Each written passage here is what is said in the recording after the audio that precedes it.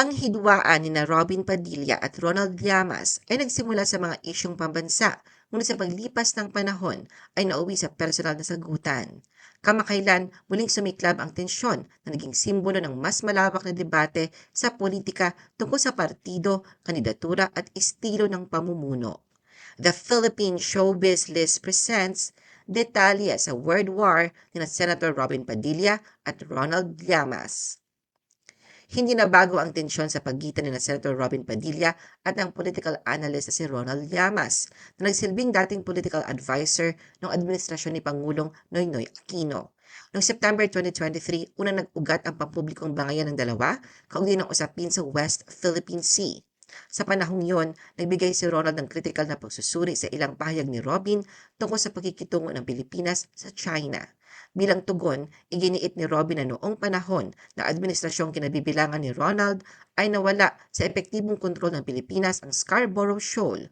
Tinawag pa ni Robin si Ronald na kulang sa pansin at admonished na siya ay lipas na ang panahon niya at hindi na dapat makialam sa usapin dahil ang mga pangyayari ay kasalukuyang nagaganap, hindi lang basta nakaraan. Dagdag pa niya, dapat magtulungan ang mga Pilipino na ipagtanggol ng maayos ang soberanya at hindi umasa lamang sa ibang bansa. Robin labeled Ronald pangit in election feud. Lumipas ang ilang taon, ngunit hindi tuluyang nawala ang tensyon. Bagkus ang banggaang ito ang naglatag ng pundasyon ng kanilang mas matinding sagupaan. Noong January 2026, muling umalingaw-ngaw ang pangalan ng dalawa matapos magbigay si Ronald ng komentaryo sa isang political program tungkol sa naging epekto ng pagkapanalo ni Robin bilang number 1 senator noong 2022 at sa resulta ng 2025 midterm elections. Inilahad niya ng malaki ang naitulong ni Robin sa halalan dahil ang aktor ang dahilan ng pagkatalo ng mga artista na kumandidato sa eleksyon. Ipinahiwatig ni Ronald na ang karanasan ng mga artistang politiko ay nagbago sa pananaw ng mga botante at maaaring hindi na maulit ang ganoong kalakas na performance sa susunod na halalan. Prediksyon niya, hindi na muling magna-number 1 si Robin. Agad namang sinagot ni Robin ang tingin niya'y pangungutya sa kanya ni Ronald. Naglabas siya ng matapang na tugon. Iginiit na kanyang layunin sa politika ay hindi para sa personal na ambisyon, kundi upang bigyan ng pagkakataon ang mga hindi kabilang sa political elite. Ang hindi kagwapuhan na pisikal na anyo at ang pagbili ng pirated DVDs noong 2021 ang buwelta ni Robin kay Ronald.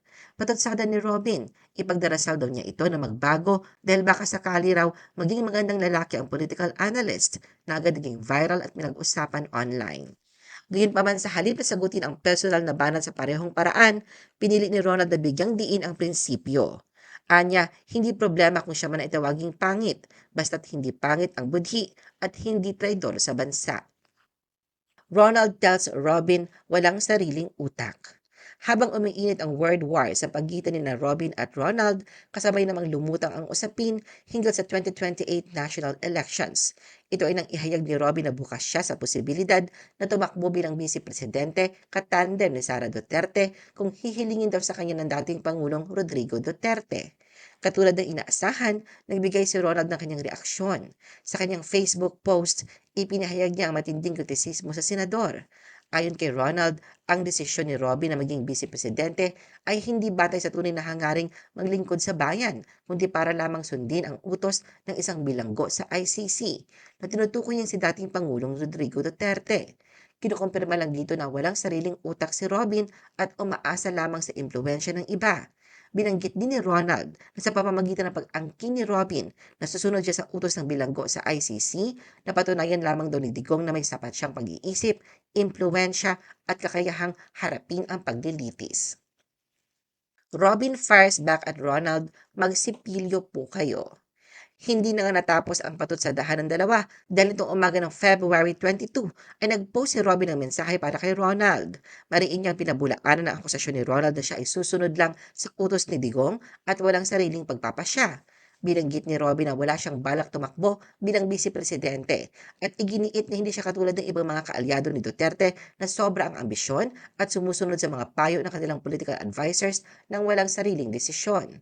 Ipinaliwanag ni Robin na kahit hindi siya career politician, marunong siya sumunod sa patakaran ng partido, partikular sa Partido Demokratiko Pilipino-Pilipinas, kung saan si Digong ang chairman. Anya, may malinaw na alituntunin ang partido kung sino at ano ang maaaring tumakbo at tanging ang chairman lamang ang may karapatang magdesisyon para sa mga miyembro. Higit pa rito, mariing binigyang diin ni Robin ang kanyang delikadeza at prinsipyo. Hindi siya nakikialam o nananagasa ng kapwa opisyal dahil sa ambisyon at hindi rin daw siya sumusunod sa sariling kagustuhan kung ito ay lalabag sa patakaran ng partido. Sa huli, nagbigay siya ng mas matapang na banat at panlalait kay Ronald. Ayon kay Robin, sundin daw kasi dapat ni Ronald ang payo sa kanya ni Atty. Guanzon na magsipilyo dahil sa mabaho na ang lumalabas sa bibig ng political analyst. Ronald labels Robin boy misunderstood. Katulad ng inaasahan, muling tinugunan ni Ronald ang pahayag ni Robin. Sa kanyang Facebook, binahagi niya ang screenshot na naturang post ng senador. Tinutulig sa niya si Robin na tinukoy niya bilang boy misunderstood. Ayon sa kanya, ang pag-amin ni Robin na wala siyang balak tumakbo bilang vice-presidente ay hindi makatotohanan o guni-guni lamang at muli nitong ipinapakita ang pagkaka-misunderstood sa sarili. Pinuna rin ni Ronald ang sinabi ni Robin na gigil ang oposisyon sa posisyon. Tinukoy niya si Sara Duterte na maagang nadeklara ng kandidatura bilang Pangulo at ironic na tinawag na shy type. Pinansin din niya ang sinabi ni Robin na sumusunod siya sa utos ng party president nilang si Digong. Para kay Ronald, sa ganitong pagsunod, sinabotahin ni Robin ang kanyang sariling poon at ipinapakita na wala siyang sariling desisyon na naiimpluwensyahan ng leader ng partido. Ginamit niya rin ito upang asarin si Robin na parang ang pagsunod sa partido ay nagpapatunay sa impluensya at katatagan ni Duterte sa politika. Tinukoy din niya iba pang pahayag ni Robin, gaya ng pagbanggit ng toothbrush bilang halimbawa ng mga argumento na para sa kanya ay mahina o walang sapat na bigat. Tila ang aasar ni Ronald kay Robin, yan ang problema kapag walang sariling utak. Mag-toothbrush daw, ang mga argumento niya minumumog lang natin. Robin apologizes to Ronald, denies VP ambitions. Kasunod ng pinakawalan niyang social media post na may tirada sa kanya, tila na himasmasan si Robin matapos na humingi na paumanhin kay Ronald. Ang nauna niyang Facebook post ay kanyang inedit. Sa panibagong mensahe, sinimulan niya ito sa pagbating Assalamualaikum. Dito ay humingi si Robin na paumanhin sa Allah at sa mga kapatid na Muslim dahil sa mga naunang post niya na lumampas sa espiritu ng Ramadan. Binanggit din niya ang pagdidalamhati ng kanyang asawang si Mariel Rodriguez sa pagkawala ng pinakamamahal nitong lola bilang konteksto kung bakit nagkamali siya sa tono at nilalaman ng kanyang mga pahayag.